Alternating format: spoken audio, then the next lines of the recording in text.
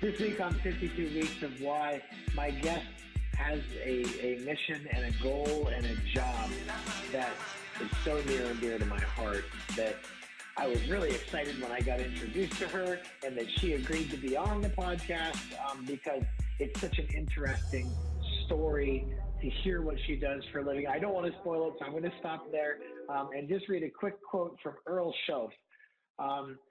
I talk a lot about Jim Rohn and how Jim Rohn has been a big influence in my life. Jim Rohn's mentor was Earl Schoaf. So if you go back even further into the early 1900s, Earl Schoaf was one of the motivational speakers. Obviously, it was Tony Robbins, who was mentored by Jim Rohn who was mentored by Earl Schoaf, right, just to give you a little picture. So Earl Schoaf talks about goal setting, and this one really hit home with me, so I wanted to share it. And he said, when setting goals, you have to say, I want a house and a car and some furniture or a family. That's what most people say. And these are very broad and general. The rules of planting and harvesting apply to this goal-setting process. If you have a bag full of apple seeds, red, yellow, and green, and you say, I want apples, you'll reach into the bag, grab some seeds, and plant them. And when red apples grow, you can't say, well, I wanted green apples, because you didn't say you wanted green. You just said you wanted apples. You have to be specific and intentional. You have to be visual and visualize the goal and learn to see that in your mind when you are setting those goals.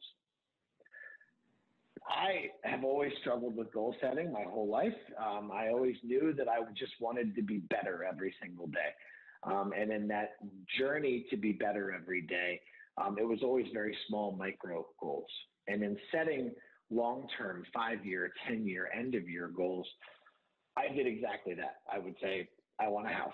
I want a car. And you can have a house that's a cardboard box, right? It's still a house. It doesn't mean it's the house that you pictured. And I thought that was a really good analogy when he said the bag full of seeds. If you plant them, you can't complain with what you get because you weren't clear when you planted them what you wanted. So my guest today is Lori Scobee. Lori, thanks so much for being here and taking the time. I know that today's been busy, especially because you just sold a house, so I appreciate it. Yes, thank you. Thanks for having me. So Lori has 3 children, 2 of which she has parented and raised, and one of which she had an adoption plan for, who is now 31 years old.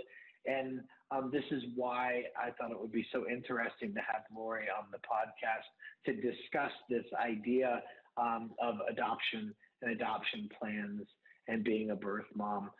Lori lives in Wadsworth and works in Akron, born and raised in Kentucky, and now here in Ohio. And it's really cool to hear your journey to getting from Kentucky to where you are now with caring for kids. And I'd love to hear you just share a little bit about that, going from Kentucky, married, graduated, went to school, came to Ohio. Tell us a little bit about that journey. Okay, I graduated from the University of Kentucky and got married right after I graduated. Spent some time in Kentucky, a little bit of time in Ohio, time in Florida, several years in Florida. And then my husband was ultimately transferred back to his home office in Akron.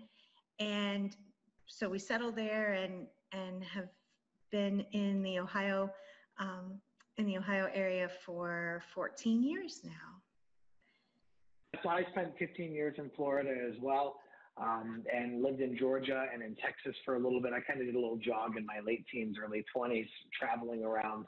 And one of the few, maybe, you may feel the same way. I love Ohio. I found my home here and made my home here, married someone who was born and raised here. So in those transitions, were you also a social worker coming out of college and going to Florida and coming to Akron, or explain to me how you got into that career field? Yes, I've been a social worker for almost 27 years now. I've done all kinds of different things in the social work field. Started out doing child protection work for the state of Kentucky, doing child abuse investigations, working with families who had had their children removed. I then worked for the state as well as a recruiter for foster parents and special needs adoptive parents. When I was in Florida, I worked for a boys ranch, worked at a children's hospital. I, back in Northern Kentucky for a couple of years, was a family center director where I supervised programs that provided financial assistance to people in need, ran a food pantry, a clothing closet, helped with utilities, had a program that moved people from housing developments, government housing developments, into scattered site housing to help build their independence. Then moved to Ohio, worked for a little bit as a therapist in a psychiatrist's office. I worked for a managed care plan, and then I've been at Caring for Kids for 8 years. So I've had a wide variety of experiences in social work along the way, and I'm thankful for each and every one of them. I learned valuable lessons in each of those positions and things that I don't know how I'd do my work today if I didn't have those experiences along the way. It's so amazing to me to think of all the different ways that you've helped and all the families and people that you've helped on your journey. I could talk about that for an hour, but unfortunately we don't have that much time. So how did you find the mission of Caring for Kids, and how did you get connected with them to begin to work with them? I mean, it sounds like some of your history was in this same career. Was it something that stumbled into your lap, or was it a pursuit? Tell me how you ended up there. That's a very interesting question. I'll say it kind of fell into my lap, but I think it was ordained that it happened.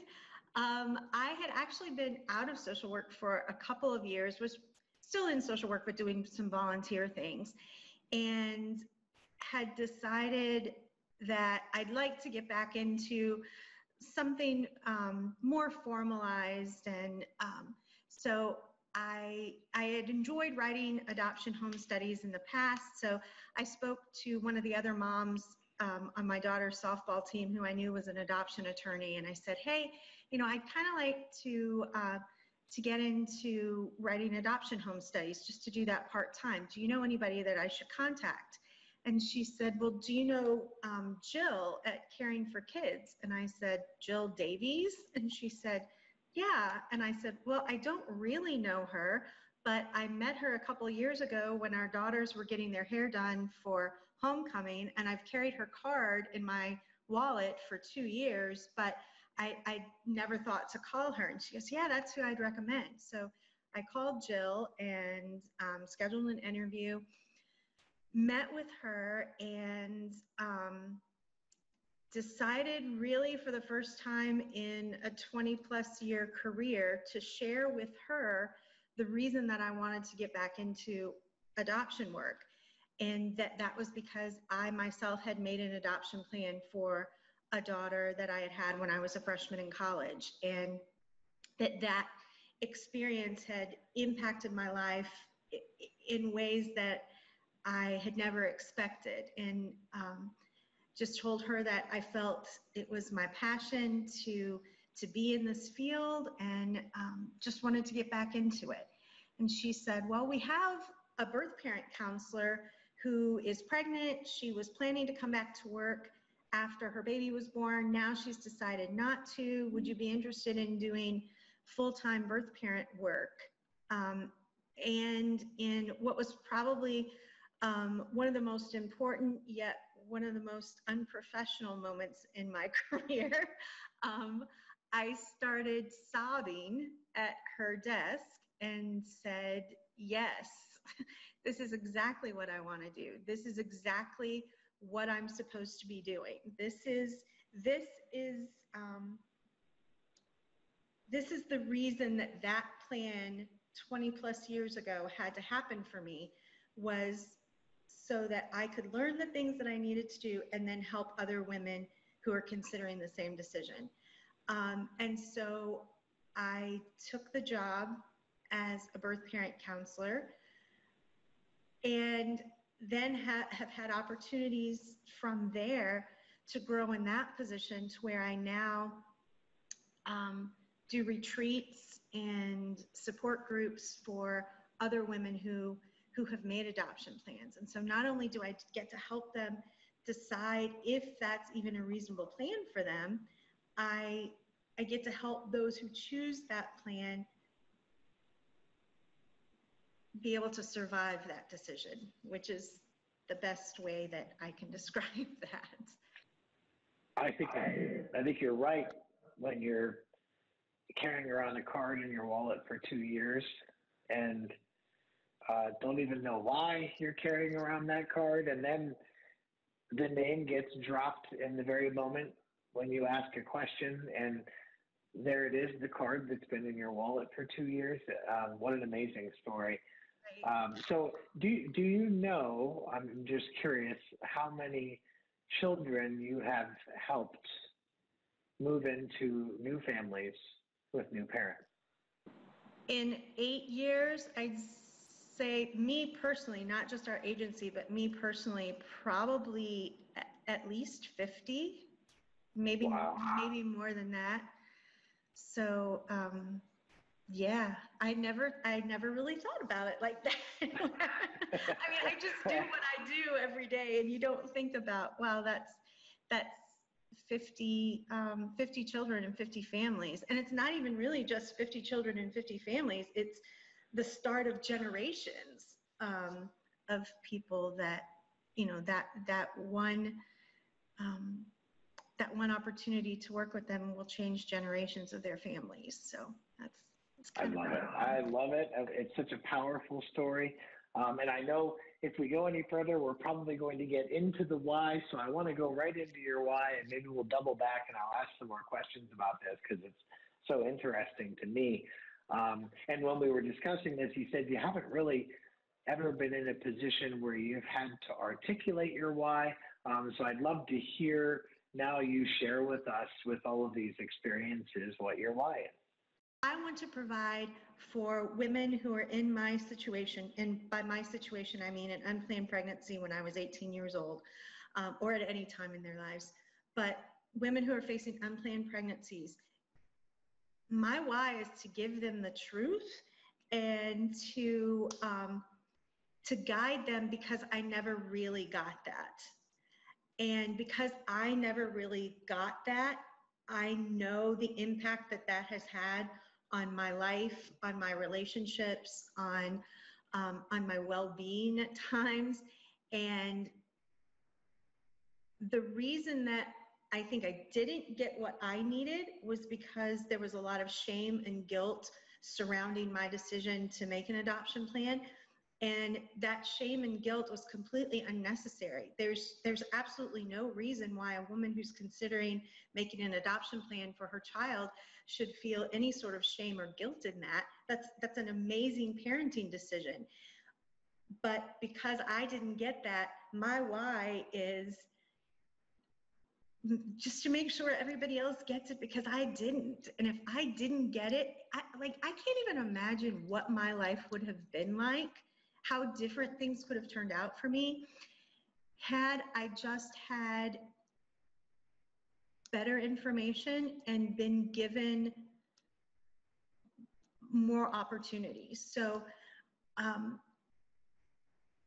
that's it. My why is I didn't get my why. I didn't get what I try to give other people. And I think it's so important. It's such an important thing in the lives of individuals, those parents and those children and the adoptive families that those children are ultimately raised by, that getting good support and getting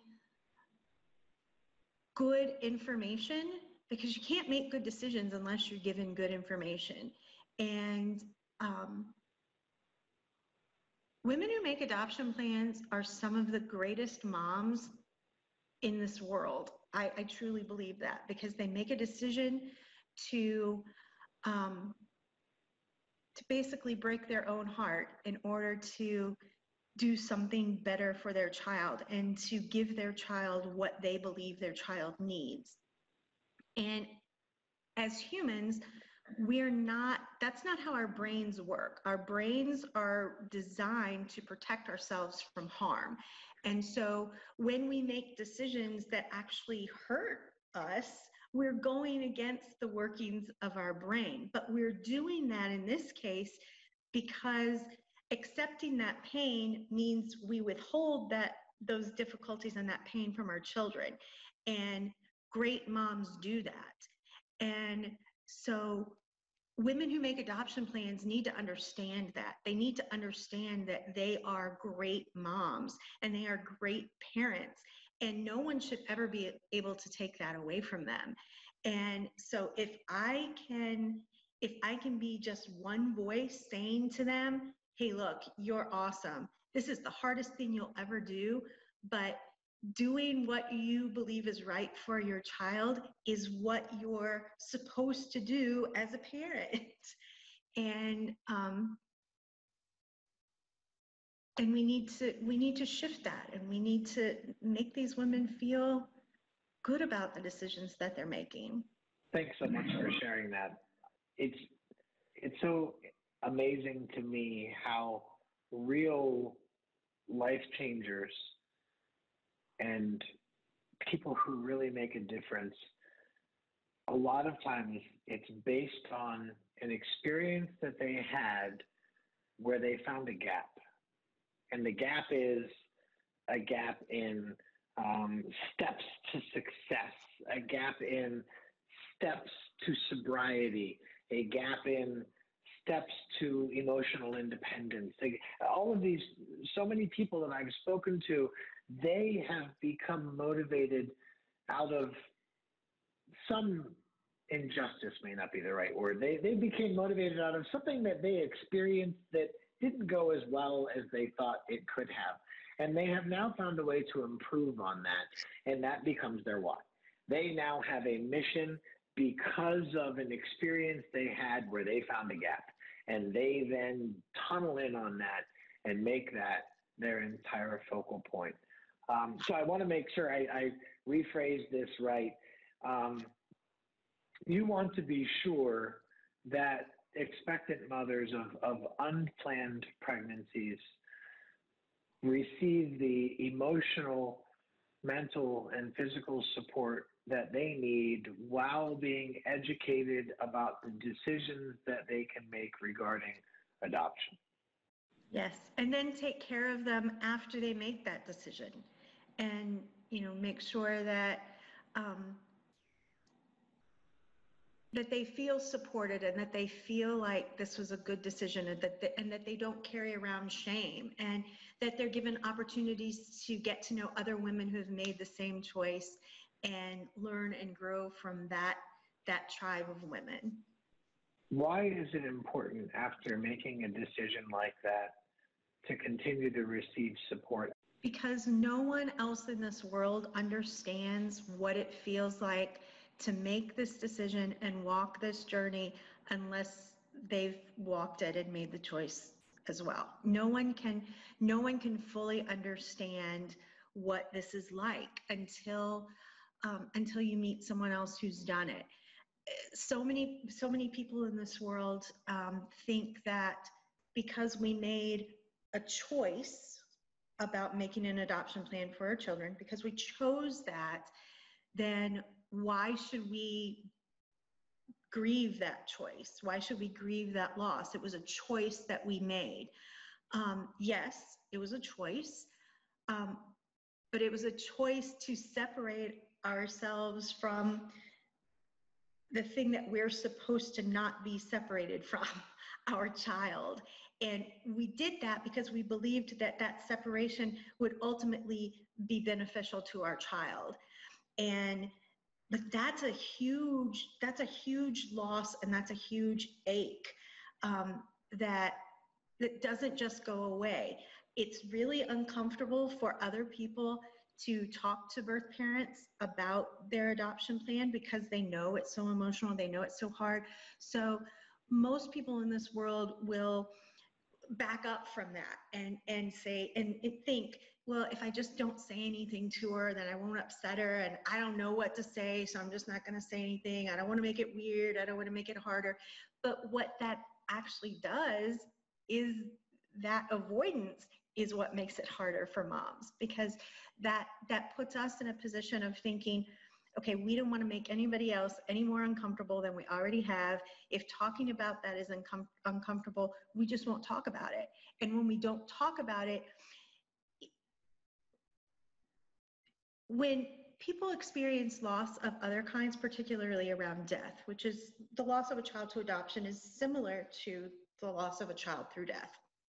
When someone experiences that kind of loss and that kind of grief, everyone understands it. Everyone gets it. No one questions whether or not you should be sad, if you lose a child to death. Everyone gets that. But when you make this choice and you experience the grief that we experience, it's disenfranchised grief because the rest of the world does not view it as grief. And when the rest of the world doesn't view what's aching and sometimes destroying you from the inside, when the rest of the world says you don't even have the right to feel that way, then how are you supposed to come out of that? How are you supposed to be okay on the other side? And there are thousands and thousands of women who have made adoption plans in this country. And there's no reason that we should be silent. There's no reason that we shouldn't seek support from each other to validate the feelings that we have. And we can't rely on the rest of the world to understand our grief. And so we need to have a support network of other birth parents who do get it and who do understand. Because otherwise, when you don't have that, you're just floating in this sea and you're lost. And you need to be able to anchor to something else, to someone else, so you're not lost forever. Thanks for sharing that. I think it's there's a correlation there that immediately came to mind when you were talking about this with veterans who have come out of terms of service overseas in the desert, who have been in the line of fire and who return back to civilian life. And their time in the service is a taboo topic. And in a similar sense, they seek camaraderie in other veterans who have experienced the same situations so that they can then talk about what they can't talk about with anyone else. They can share stories that a civilian wouldn't understand, or stories that would cause a civilian to cast judgment. And they know that being with their tribe means that there isn't any judgment being cast and that they can talk about these things freely. And just that sense that someone else is also sharing that same burden with you works so well to overcome the grief, the PTSD, everything else that they felt coming out of the service. And it sounds very similar to you finishing my summary of the why and talking about the upkeep and after the adoption plan is made and after the child is now with their adopted parents. That's an excellent comparison, by the way. That's an excellent comparison. It wouldn't have occurred to me, as you said, that I don't innately have empathy for this situation, and that is a flaw maybe of myself that I'm admitting that it is a difficult thing to talk about, because I think the paradigm of what I have always been told is the child's perspective of feeling whatever the child feels in their teenage years regarding their circumstance. And there hasn't been in the media or in regular society a personification of the mom who created an adoption plan for her child and what she has gone through.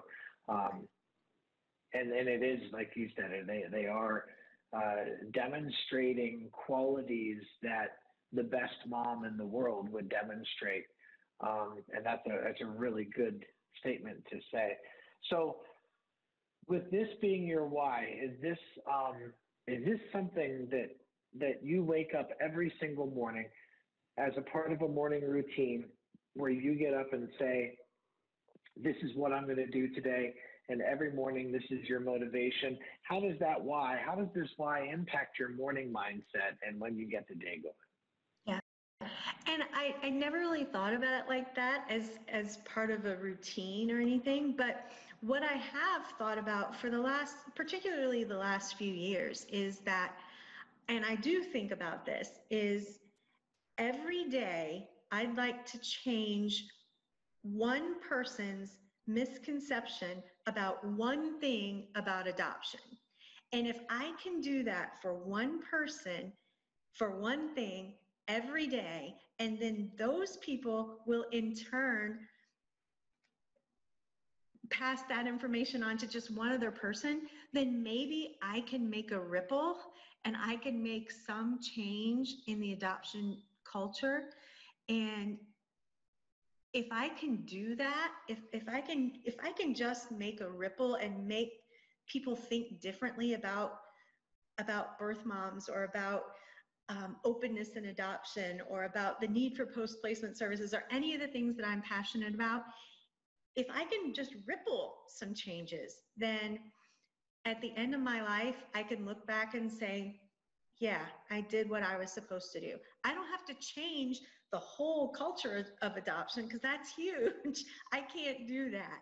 But I can start some ripples that change a few things and change the minds of a few people. And so I don't necessarily think of it as part of my routine, but I definitely think about every day, do I have the opportunity to change one misconception in one person's mind? What a great way to approach conversations with people who may have a completely different point of view than you about the topic, and not come at it in an argumentative, I'm trying to win this argument fashion, but instead just trying to change their perspective.